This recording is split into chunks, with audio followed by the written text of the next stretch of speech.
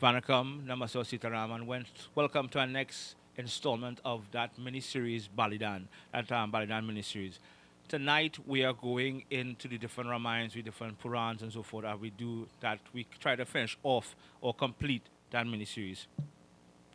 This episode, this video, we want to go into the Valmiki Ramayana. Now there are different Ramayans. You have the Valmiki, you have the Andan Ramayana, you have the Kambara Ramayana, you have the Tulsidas Ramayana. I think there are two other more, which I can't remember offhand. Right? But each one has their depictions of the story of Sri Ram, Lord Hanuman, Sita being abducted, and so forth. But within this epic story, there are aspects of it where certain rituals were performed. Right? You have the Rajasura, Surya um, sacrifice, which is a offering of soma and so forth, and we will go into that later on in other miniseries. But also it talks about the Ashma Veda. Right? The Ashma Veda is actually a horse sacrifice, which only prominent kings could have done. Now, based on time frame for the particular video, which is roughly 10 minutes, I will not go in details of what the Ashma Veda sacrifices, but I will do that. Actually, it has been requested by a few who actually heard me mention it, so I will do a few videos on that independently. But the Ashma Veda is actually a horse sacrifice. Right? It is a horse sacrifice. There's a lot of rituals where the horse is done, and the horse is left to roam, guarded to different territories, wherever, and when it returns, then it is sacrificed over. I will go into proper details of that in time to come. But we are going into the Valmiki Ramayana where we see the Ashma Veda is mentioned many a times. We see it in those who have a copy of that, of the Valmiki Ramayana. We see it in chapter 8 with King Dashrath, the father of Ram, has no progeny and he wants to perform a sacrifice. And there it is, he goes to his guru. Right? He goes to his guru, who more or less advise him to perform such sacrifice. And he's told to go to find a particular other sage, right, to go a particular popular sage to perform that act, that yajna, that aspect of sacrifice and so forth. So it is mentioned in chapter 8, it is mentioned in chapter 13, but also lower down in the Valmiki Ramayana, chapter 83 and so forth. We see a part where we go to the part where Ram has to perform, and we have heard that many parts where when he goes to perform the Ashmaveda yajna or the sacrifice, it is not completed because of Love and Kush kidnapping the horse and so forth. So we have that aspect, and it is there in the Valmiki Ramayana. But you ought to have two other aspects where, or two other areas where that particular sacrifice was performed, which one actually involved Indradev. So it is mentioned numerously within the Valmiki Ramayana. Right? It is there. As we go further, as going when like the video right after this, I will go into the Andan Ramayana where it is mentioned also. One thing I must make perfectly clear in this video is that different doctrines are connected to each other. Some support one in different aspects, depending. So different Purans would support major epic sources like the Ramayana, the Mahabharata, and so forth. Right?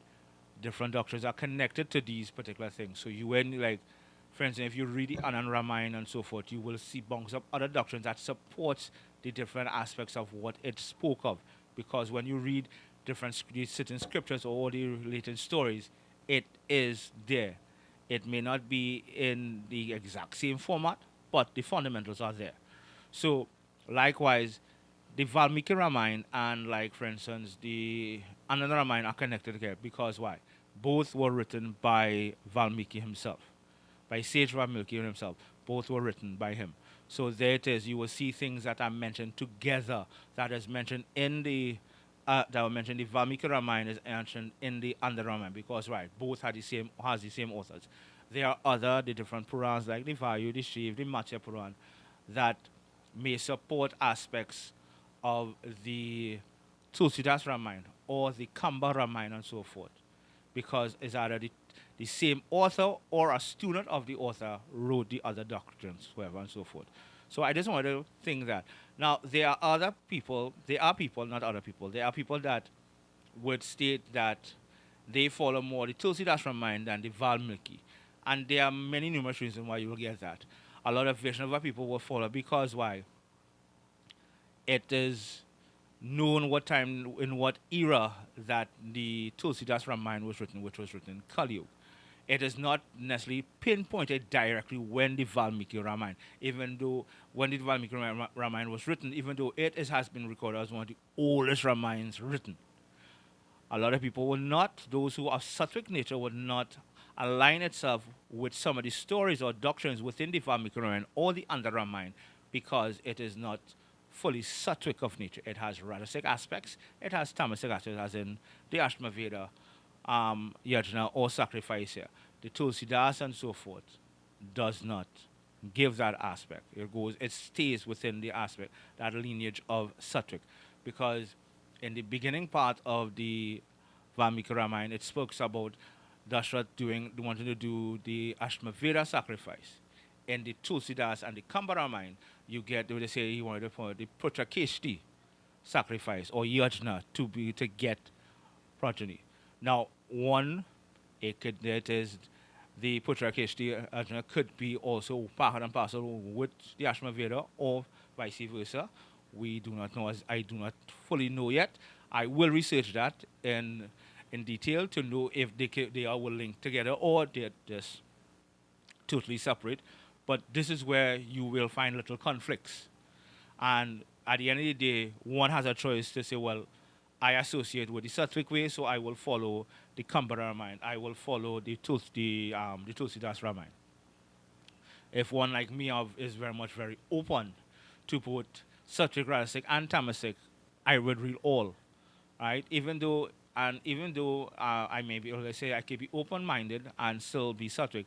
Okay, I would acknowledge the doctrines and the information written in the Valmiki, but yet I prescribe to Sattvic because that is the lineage I walk, right? And that is totally okay with a lot of individuals also. So to recap here, in the Valmiki Ramayana, we see Ashmaveda sacrifice or horse sacrifice being mentioned numerous across the board within different chapters. And as I said, I will do an independent video on the Ashmaveda sacrifice in detail. In detail, the ritual, the offerings, and all the different things that I could gather from all these different aspects or doctrines or references to it. I will pull it together and see how best I could package it and do a video.